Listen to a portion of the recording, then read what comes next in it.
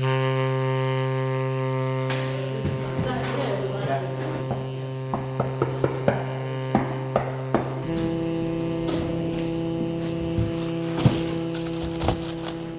want to know where we're at? We're in another day in the life of the Fennell family. Not much is going on compared to most days, except for the fact that we're about to open a big brand new restaurant called the Green Barn tomorrow. Tomorrow morning, doors will open to the public, and then we have our first bookings at 1:45.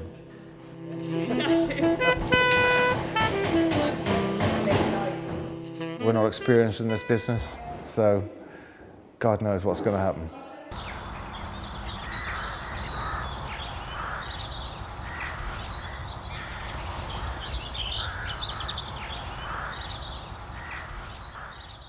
You know, we're so lucky to have this house because my dad inherited it with 2 sets of death duties. That was when he was 21. He didn't finish paying them off until 3 years before he died. So we have this house by the skin of our teeth. Luna.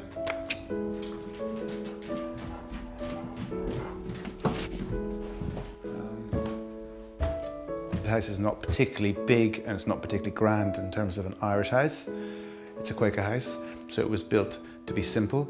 If we walk through to this room here, you'll see how small these doorways are. 1710 doorways. It's really important to use a house if you have a house like this. If you don't use the rooms, it's a real pity.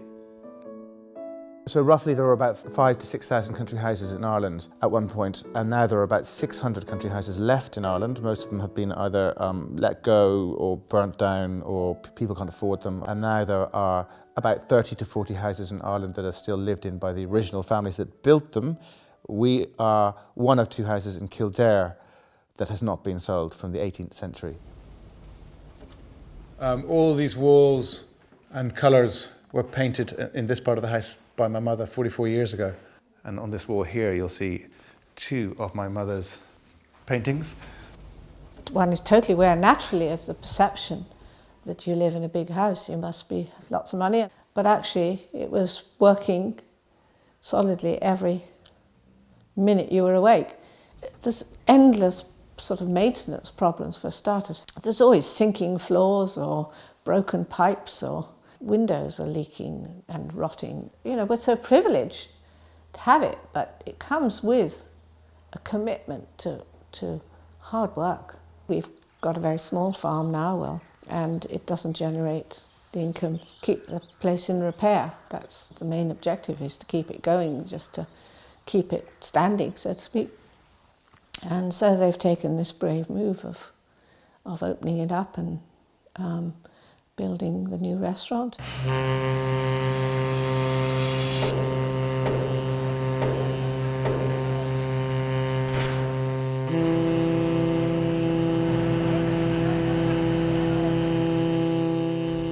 What do you think of the name, the Green Barn?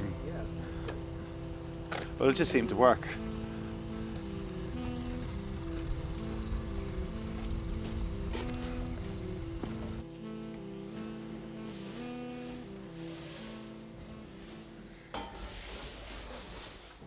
So here we are in the kitchen, which is going to be fitted in the next 2 weeks, I think. And then this is the key space, which again overlooks exterior. By Saturday, this entire thing will be floored.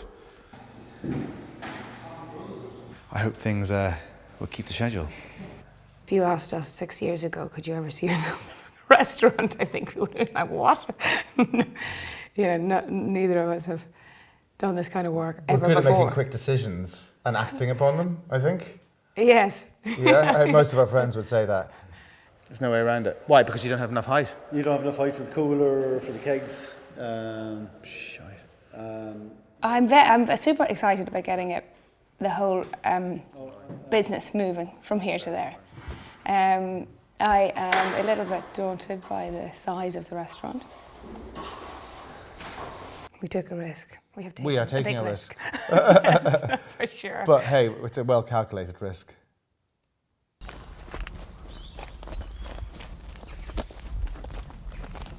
Well, the relationship between this kitchen garden and the house has always been really close, and the kitchen garden has always been in production since I've ever known. And the idea of the setting of that green barn is so that you're looking directly into all this produce being grown. So the idea was to have this strong connection. So ideally what we want to be doing in this garden is growing all the food that is picked that day. Dermot, will you come and say hi and show us what you're harvesting? Oh, having some turnips. This is Dermot. Hello. I'm very lucky to have met Dermot, because Dermot seems to not get too stressed out at all. He's very confident that we're going to be able to supply the kitchen with this size plot. Yeah, I'm the only gardener here.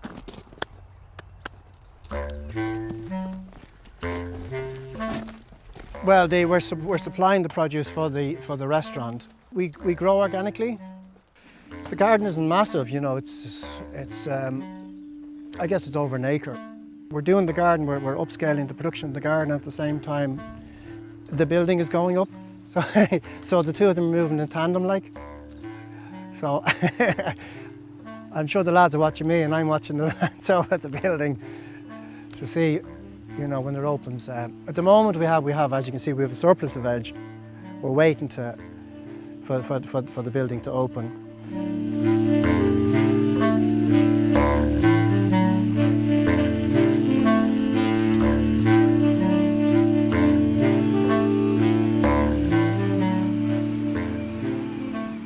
We need to be able to get enough produce from this garden to be able to do, say, 150 to 250 covers in a day, if this really takes off.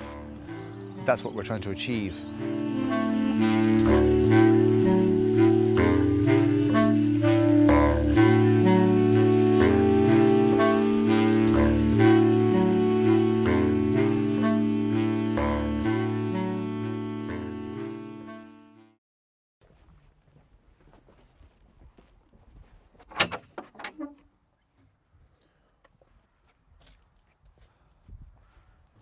The best time to shoot the garden is kind of in the morning or the evening.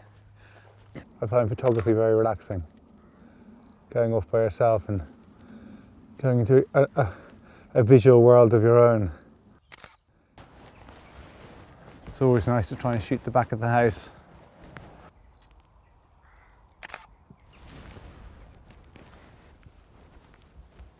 Well, photography has been a huge part of my life. It's taken me all around the world. It's been my career, it's been my income, but photography's changed. The world has become saturated with imagery. It's a lot more difficult to get interesting jobs, because being a photographer means that you're only as good as your next job. So if you've got a big country house and you've got big gardens and you've got 3 small kids and you don't have a guaranteed income coming in, it's a big stress. There's no guarantee of when your next job is coming. So it seems a good time to focus on a new project. And this new project here, it requires full attention. I never expected that a small little cafe in our gardens opening 5 years ago would suddenly become a large restaurant, building, gallery, shop. This seems like the calm before the storm. Maybe I'm mad to think that we're going to be pretty much ready, but I think we might.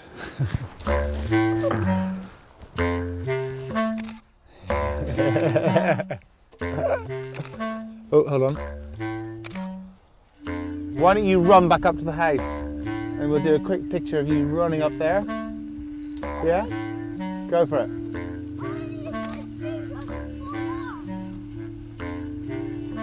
Okay. You've lost your shoe.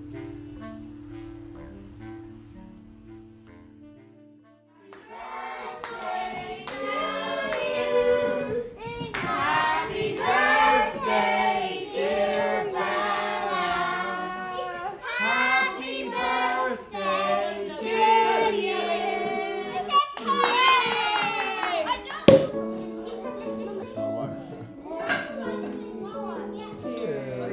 10 years.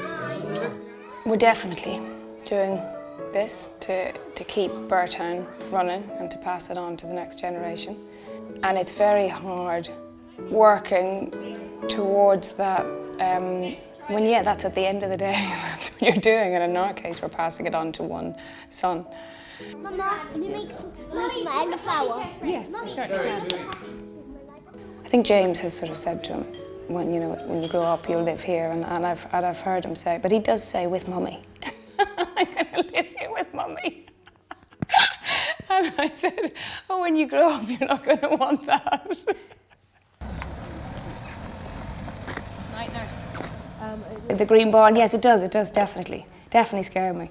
Moving into such a huge space with James and I, who have very little experience. Welcome everybody, come and see the Green Barn at its newest. I think, you know what, it's just James.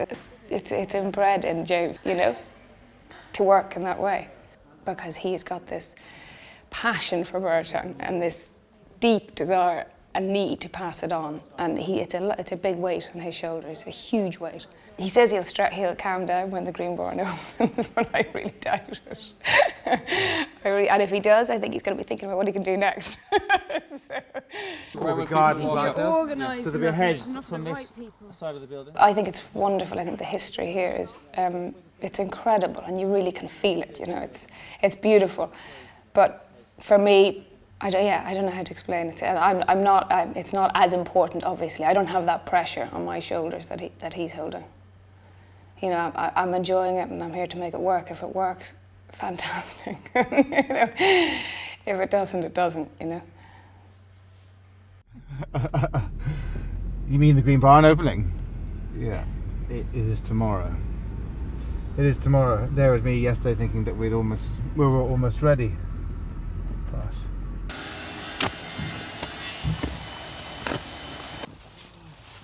Today it's been a pretty productive day. All the lights have been hung. The electricity hopefully is going to be switched on. As well as that, all the antique French furniture is coming onto site right now. All in all, a lot has been happening. It's all quite last minute, but that's what happens. Yeah. Okay, thanks. Okay? Yep. All right, cool. Okay, let's go get the furniture. Would the two of us carry this? No. Definitely not. Okay, we need Liam. Look, we have a fountain. You gonna drive it now?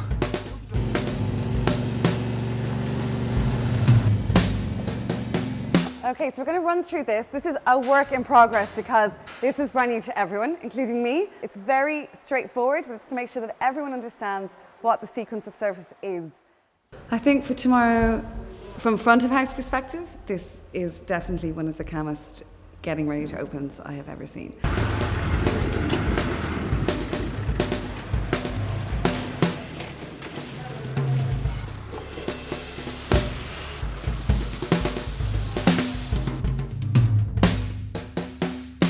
I will be culinary director, definitely, always doing menus, coming up with the food ideas,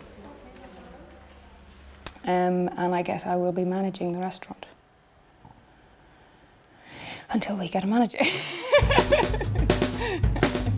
We've got to gravel all that, we've got to get rid of all the skip, we've got to tidy all that up tomorrow. A little bit different, huh? And luckily, our local farmer across the road has saved the day with every card being maxed. He gave me a wad of cash to see us through. Well, I mean, it's at the minute, everybody's rushing towards the deadline, so it's manic. Yeah, I think it looks amazing, absolutely amazing. I was very nervous. Guess we were all nervous. But James was determined, so it's gone ahead, so we just have to hope that people come.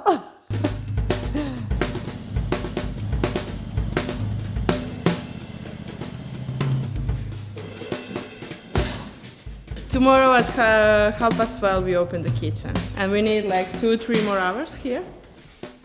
We need to clean the floor, put everything in the place, and then that's it. When everything is ready for tomorrow morning, I can sleep even 2 hours and I will be okay.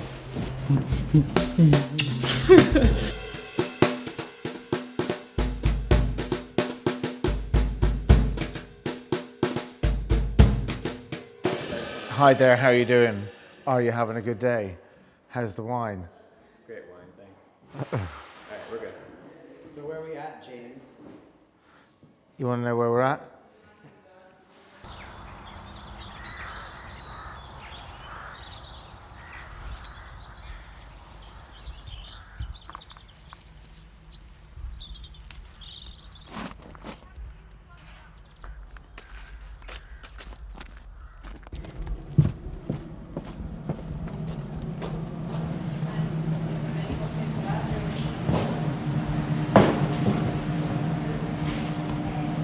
Ready to go? We just get the gas 5 minutes ago. It's now 1 hour before the opening. So now everything is okay. And we can open.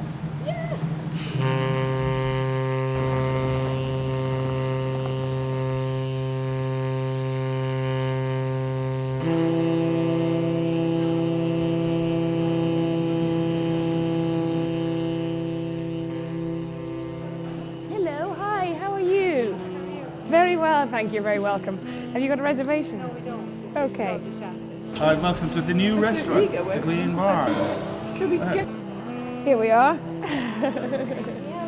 Hello, hi, how are you? Do you want to come down and I'll bring you to the table? Laurie will look after you, okay? And we need to put some reserved signs. We're going to run out of tables in a minute. Laurie just said, you're going to run out of tables in a minute, because a lot of these are just drop-ins, they're not reserved. Yeah, so that's good, isn't it?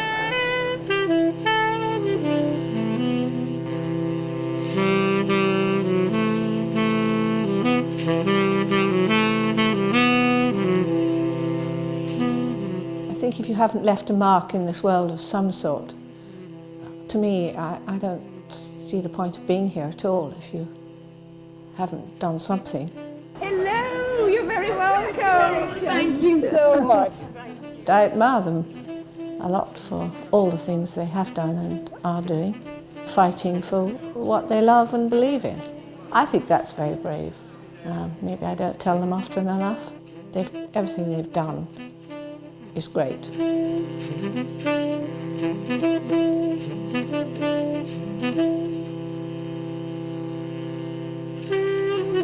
But you know what, it's gone so well. It's gone so well and people like it so much and we both really love what we do. And it's very exciting doing what you love doing.